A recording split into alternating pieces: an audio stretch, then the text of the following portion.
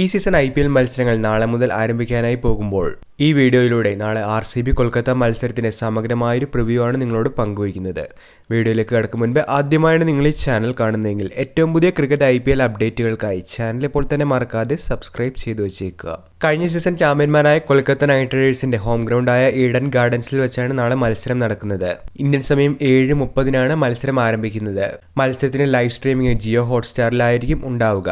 Cricket ആരാധകരെ സംബന്ധിച്ച് Jio Hotstar 90 ദിവസത്തെ ഫ്രീ സബ്സ്ക്രിപ്ഷനാണ് ഇപ്പോൾ നൽകുന്നത്. അതുകൊണ്ട് തന്നെ IPL കംപ്ലീറ്റ് ആക്ഷൻ തടസ്സം കൂടാതെ ഫ്രീ ആയി തന്നെ നമുക്ക് ആസ്വദിക്കാനുള്ള ഒരു അവസരമാണ് ഇവിടെ ഒരുങ്ങുന്നത്.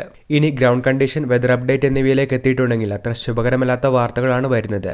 നാളെ വൈകിട്ട് 8 മുതൽ ഇടിയോടുകൂടിയ ശക്തമായ മഴയ്ക്കുള്ള സാധ്യതകളാണ് ഈഡൻ ഗാർഡൻസിലെ വെതർ റിപ്പോർട്ടിൽ പറയുന്നത്.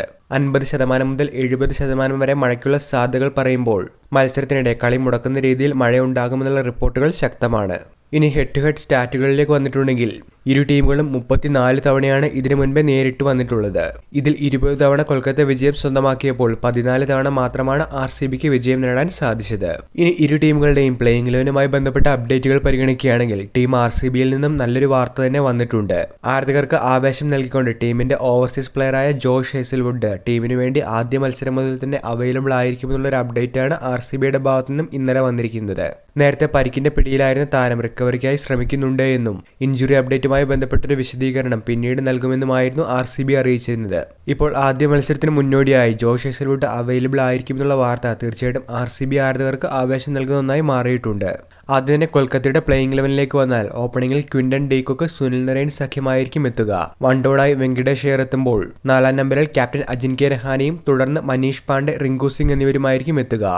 ടീമിന്റെ ഫിനിഷർ റോളിൽ ആൻഡ്രെ റസൽ ഇറങ്ങുമ്പോൾ ബോളിംഗ് ഡിപ്പാർട്ട്മെന്റിൽ ആൻഡ്രിഷ് നോട്ടെ, വരുൺ ചക്രവർത്തി, ഹർഷിത് റാണ, വൈഭവ് അരോറ എന്നിവരായിരിക്കും ടീമിലുണ്ടാവുക.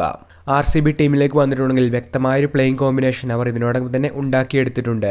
രജത് പാട്ടീദാറിന് കീഴിൽ ടീം RCB ഇറങ്ങുമ്പോൾ ഓപ്പണിംഗിൽ ഫിൽ സോൾട്ടും വിരാട് കോഹ്ലിയുമായിരിക്കും ടീമിന് വേണ്ടി എത്തുക.